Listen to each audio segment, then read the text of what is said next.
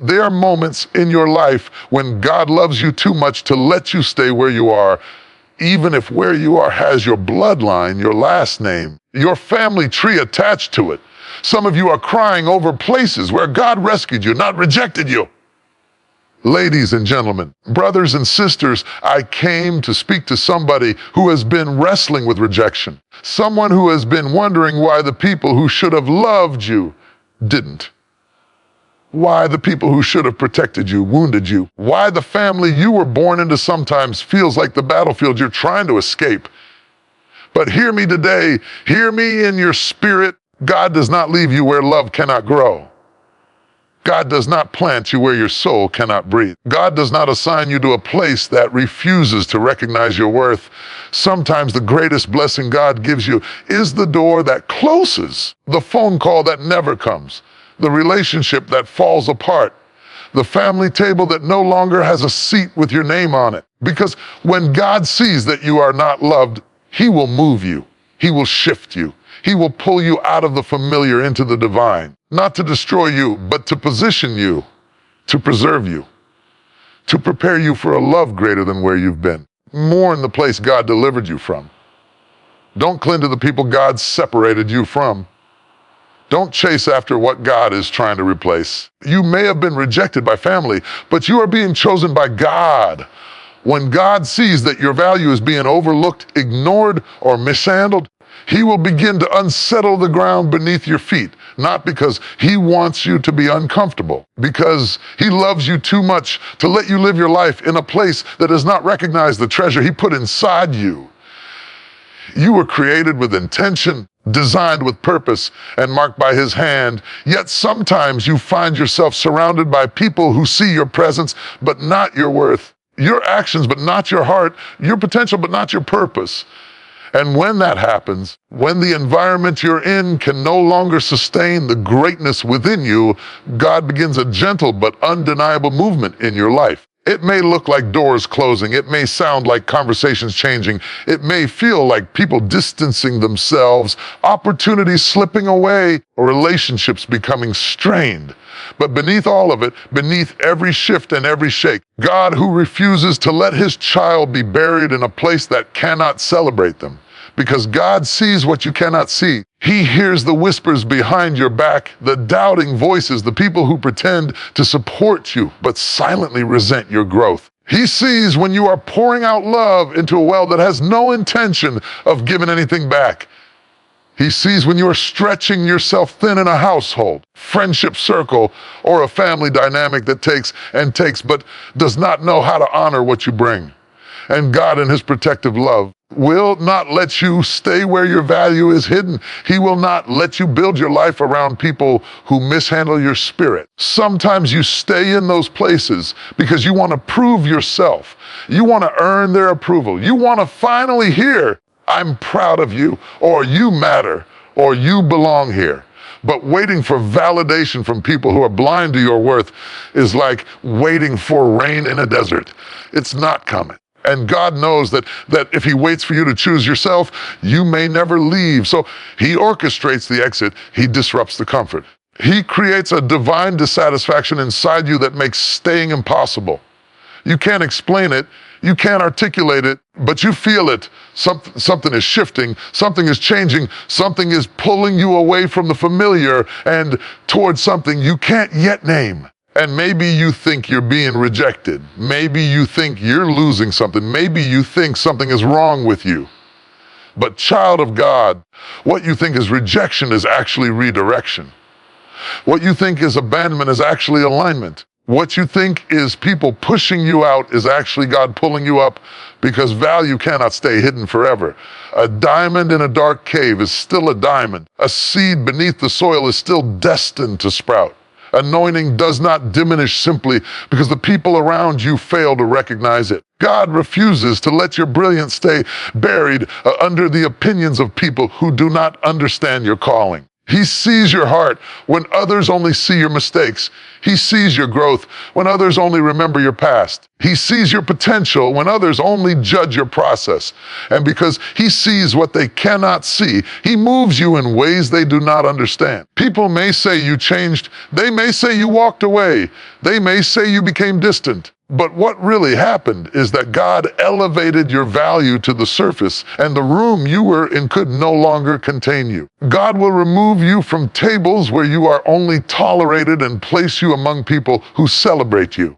He will pull you out of circles where your ideas are dismissed and bring you into spaces where your voice carries weight. He will distance you from environments that drain you and lead you into atmospheres that feed your spirit. God removes you from a place where your value is hidden. He is not taking something from you. He is preparing to reveal something in you. And sometimes the revelation isn't about your gifting, your opportunities, or your talents. Sometimes the revelation is about your identity. God wants you to see yourself the way he sees you, not through the broken lens of people who were threatened by your light, through the divine lens of a father who handcrafted you with intention. He wants you to understand that your worth is not determined by who accepts you, but by who created you. And once you learn that, once you truly grasp that, you will never again beg for the love, validation, or approval of people who do not have the capacity to honor you. So when God moves you, let him move you. When he removes you, let him remove you. When he exposes the truth, let it be exposed. Because God is not trying to embarrass you. He is trying to elevate you. You may feel lonely, but you are not lost. You may feel separated, but you are being selected. You may feel displaced, but you are being positioned. God removes you from places where your value is hidden so he can place you in environments where your purpose can flourish, your identity can strengthen, and your destiny can unfold. Let him lead you. Let him shift you. Let him show you the place where your worth is no longer invisible. When you find yourself in a space where the appreciation for who you are and what you carry begins to fade, something inside you starts to ache. It's not always loud, and it's not always obvious. Sometimes it feels like a quiet discomfort, a subtle feeling of being out of place, sense that no matter how much you give, no one notices. You show up with your heart open, your hands willing, and your spirit ready, yet the people around you seem unmoved by the weight of your sacrifice. You work, you serve, you love, you pour, but the environment remains dry. You begin to wonder if something is wrong with you. You start questioning your value, doubting your gifting, or assuming you need to try harder. The truth is this: when appreciation dies, destiny begins to speak. When honor is absent, God's voice becomes louder. When your efforts go unnoticed, heaven begins to stir a divine dissatisfaction within you. You weren't created to be stagnant, unseen, or unvalued. You weren't designed to wither in an atmosphere that refuses to nourish you. And because God knows how easily you can settle for familiarity, even unhealthy familiarity, he will use the absence of appreciation to awaken you to something more. It's not always the enemy fighting you. Sometimes it's God nudging you. It's God whispering, you've grown past this place. It's God saying, you no longer fit here because I'm expanding you. When people stop appreciating you, it's not an attack on your identity. It's an announcement that your season in that environment is shifting. God will not allow you to stay in a place that minimizes you, confines you, or limits what he put inside you. And if appreciation disappears, it is often because God is loosening your roots, preparing you for a transplant into richer soil. You might feel the shift first as frustration. Suddenly, the things that once fulfilled you feel empty. The conversations you used to enjoy now drain you. The tasks you once handled easily now feel heavy. You don't know why you're irritated, why your heart feels restless, or why peace seems to slip through your fingers. Frustration is often the forerunner of transformation. God uses it to disrupt your comfort and open your eyes. When a place can no longer handle your growth, he allows discomfort to push you toward the next chapter. And hear this clearly. Being unappreciated is not a reflection of your worth. It is a reflection of the limitation of the environment. Some people cannot appreciate what they do not understand. Some people cannot value what God placed in you because your calling exposes their complacency. Some people are so accustomed to you being strong, supportive, consistent that they have mistaken your strength for availability and your love for obligation. They have become so used to your light that they no longer see the brilliance of it. But God sees it. And God will not let your value be taken for granted. When appreciation dries up, God begins to lift you. Not always physically at first, but emotionally, mentally, spiritually. He detaches your heart before he relocates your feet. You start to feel disconnected from people who used to be your safe place. You start noticing things you ignored before. You start realizing conversations that once motivated you now feel empty. This is not negativity. It is awakening. It is God preparing you for the next level. Some environments can handle who you were, but not who you are becoming. Growth always demands space. Sometimes the space you're in cannot expand with you.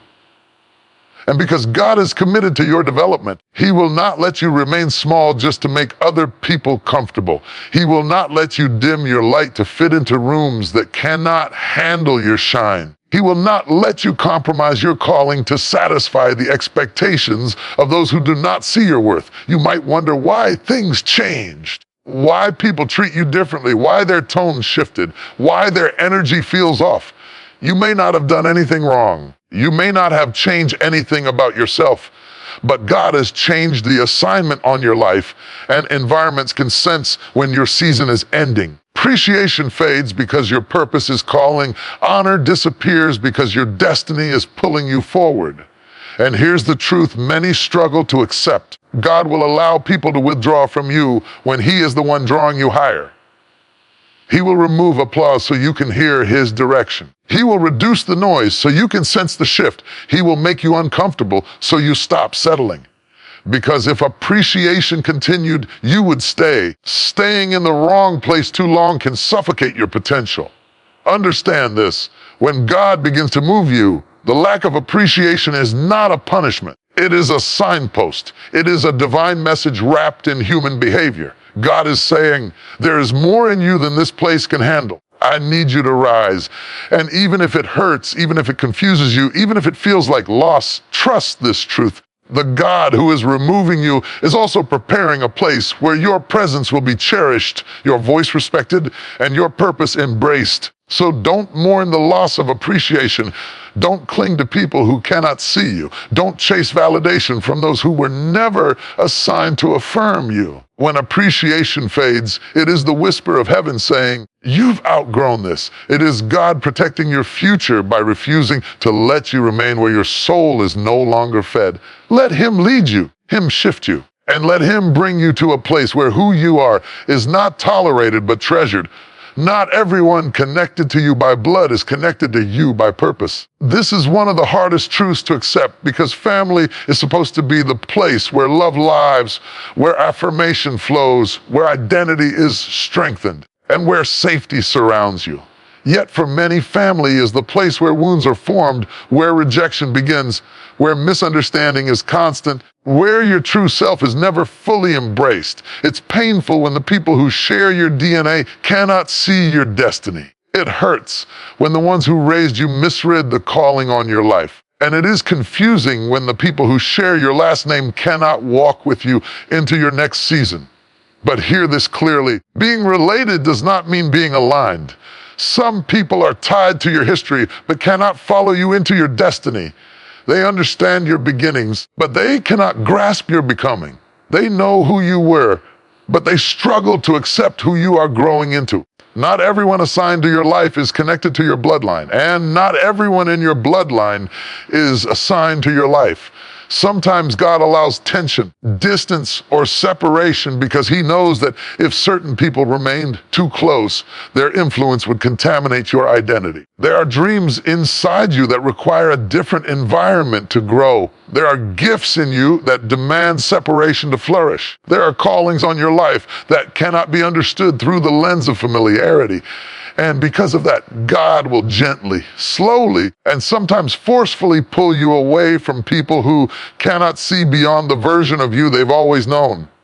Family often sees you in memories, not in prophecy. They remember your failures, your youthful mistakes, your insecurities, your process. They hold on to the moments you fell instead of the grace that raised you.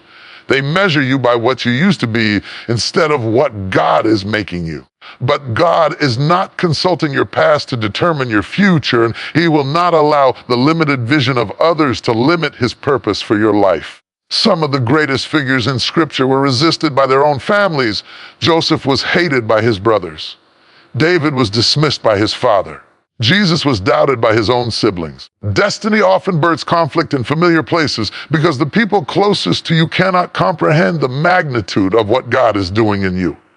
They see ordinary. God sees anointing. They see the child they raised.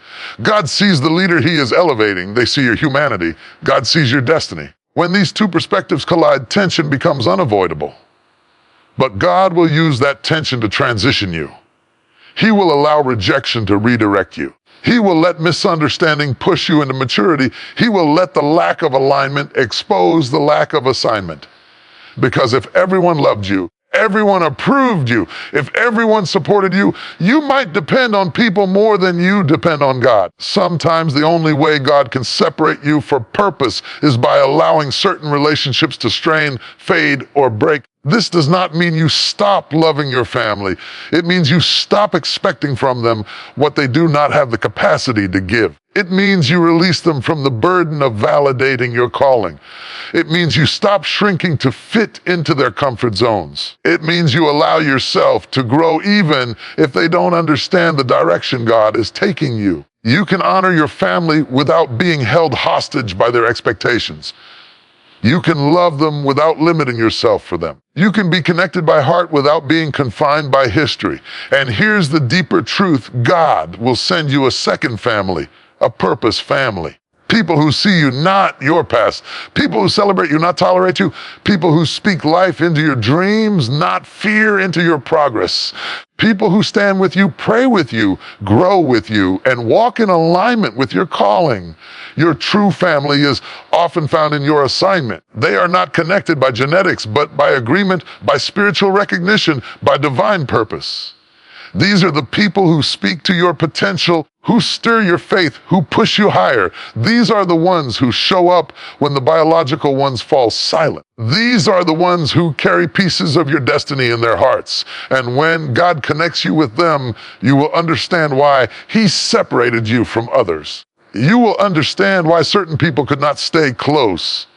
You will understand why some relationships could not continue. You will understand why some bonds broke, because what was ahead of you required the right support, the right voices, the right influences, the right alignment. It may hurt to admit that some family members cannot go with you. It may feel lonely when God begins to shift your connections. Every divine disconnection protects your destiny. Every separation is strategic. Every detour is intentional. God is not removing people from your life to punish you. He is clearing the path so you can walk freely into His purpose. You don't lose family. You gain clarity. You don't lose support. You gain alignment. You don't lose connection. You gain direction. Trust the God who knows the difference between relatives and destiny partners. Trust the God who sees the future you cannot yet see. Trust the God who will never allow anyone, even family, to derail the calling He placed inside you.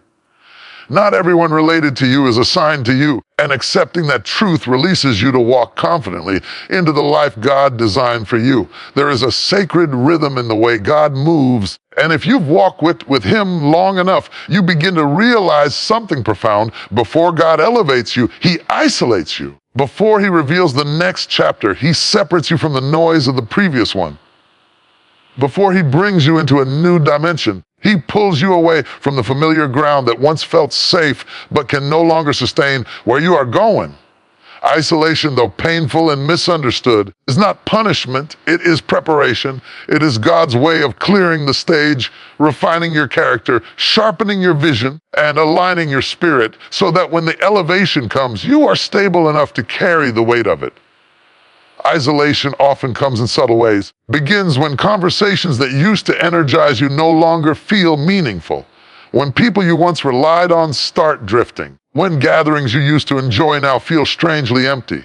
When God starts removing distractions, not harshly, but intentionally, suddenly you feel like you're walking alone, even in a crowded room. You feel a distance growing between you and the world you once fit into. You feel out of place, misunderstood, unseen, or even forgotten.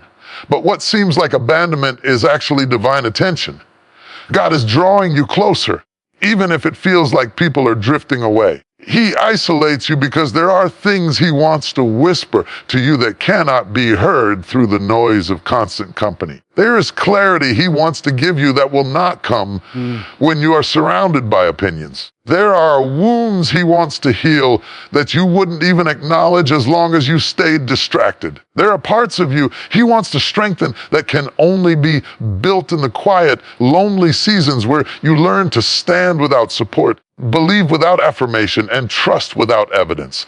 It is in isolation that you learn who you truly are, not the version shaped by expectations, not the version molded by family roles, not the version influenced by social circles, but the raw, unfiltered, God-authored version of yourself. You discover gifts you didn't know you had, strength you didn't realize was in you, resilience that surprises you, a deeper level of faith that only emerges when God becomes your only source.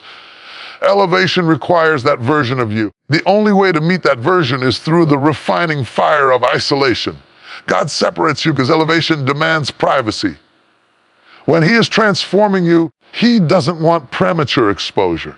Just like a seed must be buried in darkness before it can break through the soil, so must you experience a private season of silence before you emerge into visibility. The seed is not dead when it is alone, it is developing. And you are not forgotten in your season of isolation. You are becoming.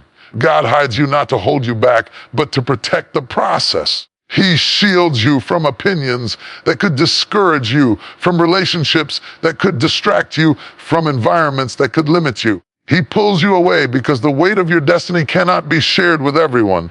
And yes, isolation hurts.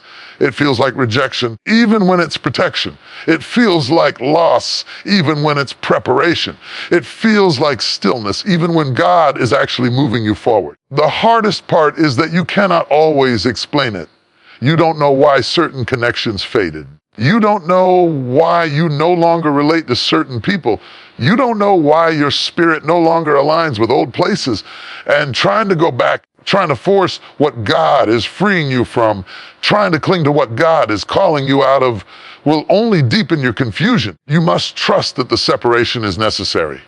Elevation requires a level of spiritual maturity, emotional resilience, and mental clarity that cannot be developed in the comfort of the crowd. God needs you strong. He needs you focused. He needs you healed. He needs you ready. None of that happens without seasons where you walk alone with him. Look closely and you will see that in every elevation story, from Moses to David, from Joseph to Jesus, there was a season of isolation. Moses was separated in the wilderness before leading a nation. David was isolated with sheep before he was elevated to king. Joseph was isolated in prison before he was elevated to the palace. Even Jesus himself went into the wilderness before stepping into his calling. Why? Because isolation develops character, identity, and dependence on God. It strips away everything unnecessary so that what remains is pure, unshakable, and ready. Your isolation is a sign that God is preparing something bigger than you imagined. He is removing what you've outgrown. He is pruning what will not serve your next season. He is stripping away the voices that once influenced you so that his voice becomes unmistakable. He is teaching you that elevation is not about being seen. It is about being rooted. And roots grow deepest in hidden places. So do not fear your isolation. Do not misinterpret it. Do not fight it. Embrace the quiet, lean into the stillness, and let God complete what he started. You are not alone. You are being refined. You are not rejected. You are being positioned. You are not forgotten. You are being prepared. Isolation is the cocoon, and elevation is the butterfly that will emerge from it. Let God finish the work, because when he brings you out, you will rise stronger, wiser, clearer, and more aligned with your purpose than ever before. There comes a point in every believer's life where the silence of people reveals the voice of God. When love is scarce, when affection fades, when validation dries up, when encouragement is nowhere to be found, God's purpose begins to speak in a way you can no longer ignore. It's almost as if God waits for the noise of human approval to quiet down so the truth of his calling can rise to the surface. You may not realize it while you're hurting, but seasons where love is absent are often the seasons where purpose becomes loud. God uses the emptiness left by others to create space for his direction, his instruction, and his revelation. When people stop loving you the way they used to, or stop supporting you the way you need, you naturally begin to search for meaning. You start asking deeper questions.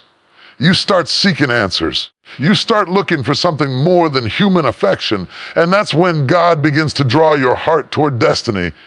Because human love, as beautiful as it is, can sometimes become a distraction. It can become a crutch. It can become something you depend on more than God's guidance. So when human love becomes inconsistent, unreliable, or unavailable, God steps into the silence and declares, "Now that I have your attention, let me show you why you're here."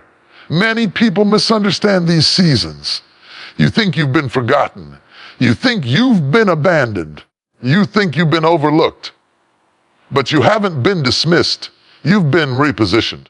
God is teaching you to rely on something deeper than emotional comfort. He's teaching you to listen to something stronger than compliments. He's teaching you to trust something greater than applause. When love is absent, purpose becomes your anchor. Sometimes God removes the emotional cushioning in your life so that you can feel the weight of your calling. You may notice that during these times, your spiritual sensitivity increases. You hear God in places you never paid attention to before. You see connections you used to overlook. You feel nudges you didn't recognize in the past. You start recognizing patterns, understanding spirit truths, and sensing divine shifts. Why? Because when human voices quiet down, God's voice rises. This is not accidental, it's intentional. God uses relational gaps to amplify revelation. When love is absent, you also begin to realize that the things you thought you needed were never your source. You realize the people you depended on emotionally were temporary scaffolding, not permanent support. Realize that the affection you craved was often inconsistent and conditional, and in the realization, God begins to reveal the truth. His love is constant. His love is secure. His love is foundational. After all the tears are cried and the loneliness settles in, his presence becomes unmistakably real. Not because it wasn't there before, but because now nothing is blocking your view. There is a clarity that emerges in emotional deserts that cannot be found in seasons of abundance. When everything around you is silent, God can finally deal with the hidden parts of your soul, the wounds you ignored, the insecurities you masked, the fears you buried. No one is there to distract you. He begins to address the things you've been avoiding. And though the process may hurt, it is holy. Absence of human affection, God begins a deep internal transformation. He strengthens your identity. He builds your confidence. He heals your heart. He prepares you to handle the purpose he placed inside you. Sometimes the absence of love reveals the truth of relationships you once depended on. You begin to see who was assigned to your journey and who was simply present for the moment. You realize who loved you because it was convenient and who loved you because it was covenant. You see clearly who was aligned with your purpose and who was attracted to your potential but unwilling to grow with you. Absence of love is often the revelation of truth, and truth is necessary for destiny. When love is absent, God also begins to reveal the next chapter of your calling. You start to feel a stirring, an awakening, a shift. Things you once tolerated become uncomfortable. Places you once settled in become too small. Dreams you buried start rising again. Passions you ignored begin to reignite. God awakens purpose through the emptiness. He uses the vacuum left by others to fill you with vision. He uses the silence to fill you with direction. He uses the loneliness to fill you with identity. You may feel this stirring as discomfort. You may feel restless. You may feel frustrated. These are signs that God's purpose is calling you higher. These are signs that something in your spirit recognizes that you are not where you belong anymore. These are signs that your destiny is outgrowing your surroundings. And God, in his sovereignty, allows the absence of love to push you toward the fullness of who he created you to be. This is why you cannot interpret emotional absence as personal failure. The lack of love in your environment is not a reflection of your worth. It is a reflection of God's plan. He is not withholding love from you. He is redirecting you toward a love that cannot be lost, shaken, or taken away. The absence you feel is not a deficit, it is an invitation. Invitation to draw closer, listen deeper, to rise higher, to step into the identity, the purpose, the assignment that was always yours. So do not fear the seasons where love feels distant. Do not panic when people fade. Do not mourn the affection that walked away. God is not punishing you. He is positioning you. He is turning down the volume of human love so you can hear the melody of divine purpose. And when you finally step into what he is preparing you for, you will understand why he had to quiet the room to speak to your soul. There are moments when the very thing you are running from becomes the thing God uses to push you into destiny. Pain has a way of waking you up, shaking you loose, and forcing you to move when comfort would have kept you stuck. Rejection, heartbreak, abandonment, disappointment. These are not pleasant experiences, but they are powerful tools in the hands of God. Many of the greatest shifts in your life are not born out of celebration, but out of discomfort. God often uses broken places to launch powerful purposes. You may not understand it while you're hurting, but the pain is pushing you somewhere. It is pushing you out of old cycles, out of unhealthy attachments, small environments, out of limiting beliefs, and into the fullness of who God created you to be. Pain is often the midwife that delivers your purpose. You don't grow on mountaintops, you grow in valleys. You don't mature in applause, you mature in adversity. You don't discover your strength in comfort, you discover it in conflict. Pain awakens something inside you that you didn't know existed. It brings out resilience you didn't know you had, courage you didn't know you carried, and wisdom you didn't know you possessed. As long as everything is easy, you never tap into the deeper parts of who you are. But when life squeezes you, what's inside you starts to come out. And sometimes what comes out is the revelation that you are stronger, wiser, and more capable than you ever imagined. Many people fear brokenness. Brokenness is often the birthplace of breakthrough. When something breaks in your life, it exposes what's been hidden. It reveals what needs healing. It uncovers what needs transformation. Pain forces you to confront truths you ignored.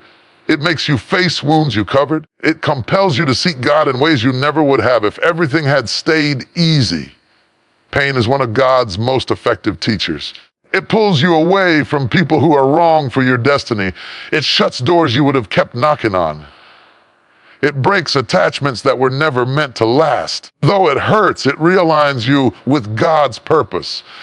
Many of the greatest biblical leaders were pushed into their calling by rejection or suffering. Joseph's brothers pushed him into his purpose by throwing him into a pit. Moses fled from rejection and ended up on holy ground. David was pushed out of his comfort zone by persecution from Saul. Even Jesus faced rejection in his hometown before stepping fully into his public ministry. This pattern is clear. God uses broken places to shape mighty callings. Your pain is not random. Your tears are not wasted. Your heartbreak is not meaningless. It is divine construction disguised as human disruption. Sometimes God allows the bottom to fall out because he knows you would never move if the ground stayed steady. You would stay in the wrong relationship, the wrong job, the wrong environment, or the wrong mindset if everything remained comfortable. Pain becomes the signal that your season is shifting, becomes the alarm clock for your destiny. When someone rejects you, it may sting. That rejection might be the push that sets you on the path to your promise. If they had accepted you, you would have settled. If they had loved you, you would have stayed. If they had supported you, you might never have discovered who you truly are. God will not let the approval of the wrong people keep you from the assignment he has for your life. Pain also clears your vision. When you're hurting, everything that doesn't matter suddenly becomes unimportant. You stop trying to please everyone. You stop wasting energy on shallow connections. You stop tolerating environments that drain you. Pain simplifies your priorities.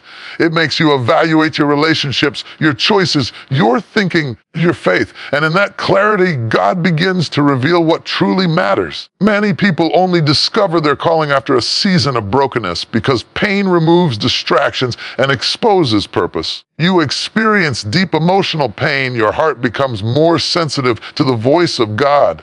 You start leaning into Him differently. You start praying differently. You start worshiping differently. You start listening differently. Suddenly, His whispers become louder. His presence becomes more real. His guidance becomes more needed. Pain pulls you closer to God because it removes the illusion that you can do life without Him. As you draw closer, He begins to reshape your identity, renew your mind, and strengthen your spirit. This transformation pushes you toward the purpose He planned for you long before the pain ever touched your life.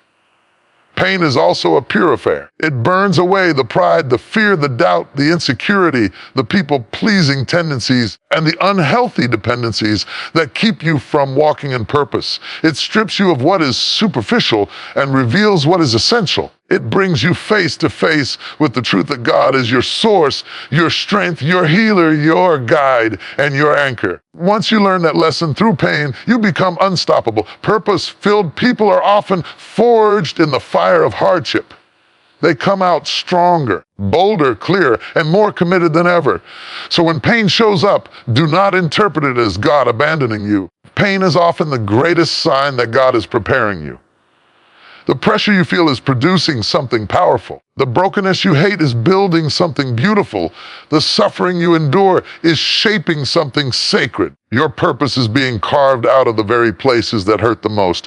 One day you will look back and say, if that pain hadn't pushed me, I wouldn't be where I am today. Pain is not the end of your story. It is the catalyst for your calling. When human love runs out, when people fail you, when relationships grow cold, and when support dries up, something extraordinary begins to happen. God steps into the empty spaces. Very places where people's love was supposed to hold you, His love begins to fill. Every gap, every hole, every disappointment becomes a landing place for divine compassion. Where human love breaks, God's love builds.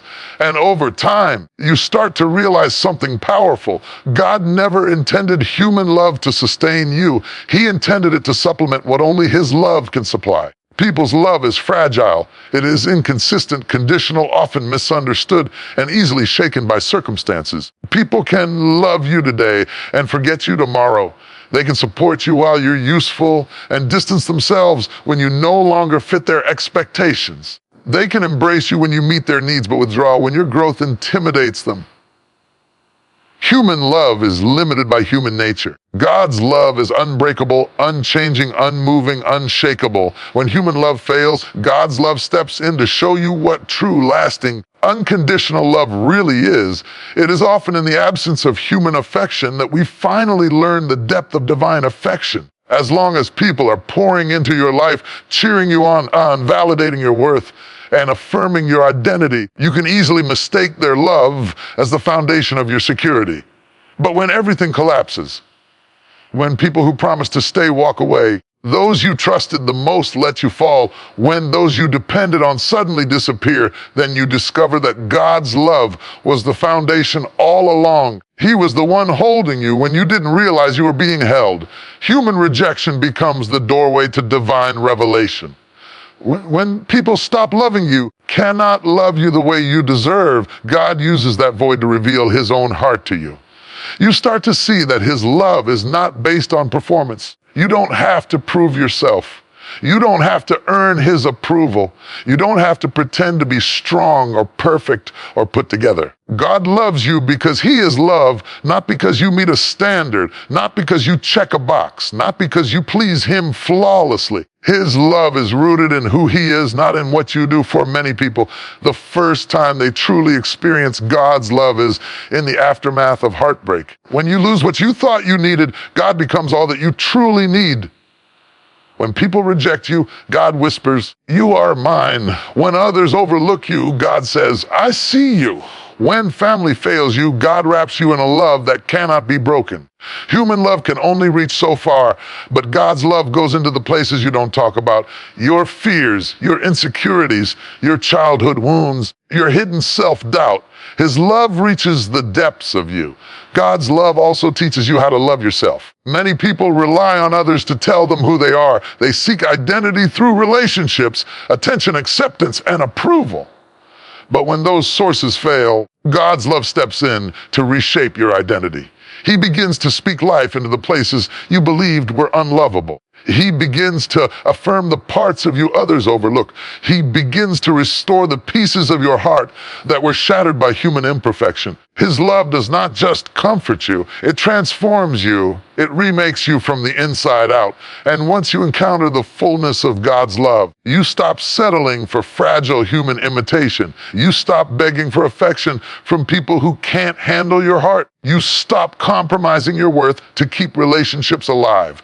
You stop allowing the opinions of others to become the measure of your value. God's love elevates your standards, not in arrogance, but in clarity. You begin to understand that anyone who enters your life must align with the love God has already poured into you. If their presence diminishes you, they are not sent by Him. If their love breaks you, it does not come from Him.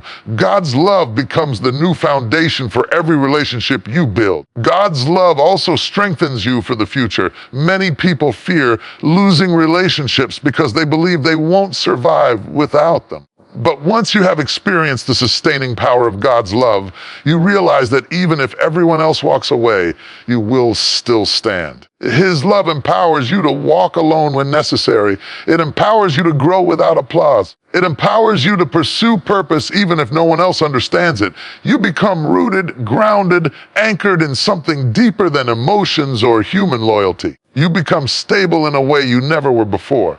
Sometimes God permits the absence of human love so you can learn to lean completely on Him. Not because He wants you isolated forever, but because He wants you strong enough to love without losing yourself. He wants you healed enough to connect without clinging. He wants you confident enough to give love without fearing abandonment. God's love becomes the healing agent that prepares you for healthier connections, deeper relationships, and true covenant bonds. And eventually, after God fills every broken place with His presence, He sends the right people. People who reflect His love, not replace it. People who appreciate you because they see what He sees in you. People who love with honesty, humility, and purity. People who are aligned with your destiny, just your history. God's love does not just replace what you lost. It restores what you never had. So if you are in a season where human love has failed you, lift your head. The absence you feel is not abandonment. It is alignment. God is preparing you to experience a love that does not just fill the gaps, but becomes the foundation of your life. A love that heals, strengthens, lifts, and transforms. Human love is a gift, but God's love is the source. And when His love fills you, you will never be empty again. There are moments in life when a door you were counting on suddenly closes, and you feel the sting of disappointment so deeply that it takes your breath away. You thought that opportunity was yours. You believed that relationship would last. You were certain that job, that friendship, that connection, plan was the path God wanted for you. But then, without warning, the door slammed shut. The communication stopped, the offer disappeared. Person walked away, the season ended, and you were left standing there, confused and heartbroken, wondering why God let it happen. The truth, though painful, is this: sometimes God closes doors not to harm you, but to protect you. A closed door is not a sign of divine rejection. It is a sign of divine intervention. It is God stepping into your story saying, I love you too much to let you walk where your destiny cannot survive. You may not see what was ahead. You may not see the danger, the heartbreak, the delay, or the destruction that would have come with that open door, but God saw it. And because He is a good Father, He closed the door before it could break. We often worship outcomes, but God worships our well-being. We want what feels good now. God wants what will be good for us later. We chase opportunities, but God protects our destiny. He sees the whole picture. The things you don't know, the conversations you weren't part of, the motives you couldn't discern, the traps you didn't recognize, the spiritual warfare you couldn't sense. He closes doors because he sees the future you cannot see. Closed doors are mercy in disguise. You might think you lost something, but in reality, God saved you from something. That relationship you cried over, it might have broken you beyond repair. That job you begged for, it might have drained your purpose. That opportunity you were desperate to seize, it might have taken you further from God instead of closer to Him. Closed doors are God's way of saying, not this way, not with them, not right now. But the hard part is that closed doors rarely feel like protection at first. They feel like rejection, disappointment, betrayal, confusion. You feel like you did something wrong. You feel like you weren't enough. But you must understand that God is not closing doors because of your inadequacy. He's closing them because of His sovereignty. He is rearranging your path. He is redirecting your steps. He is making sure that you don't settle for less than what He has planned. Sometimes God closes doors because the season is over and you're trying to stay where He's calling you to leave. You've outgrown certain environments, certain mindsets, certain relationships, certain habits. And if the door remained open, you would stay there, comfortable, stagnant, familiar, but unfulfilled. So God closes the door to force your evolution. He closes the door to push you out of what is safe into what is sacred.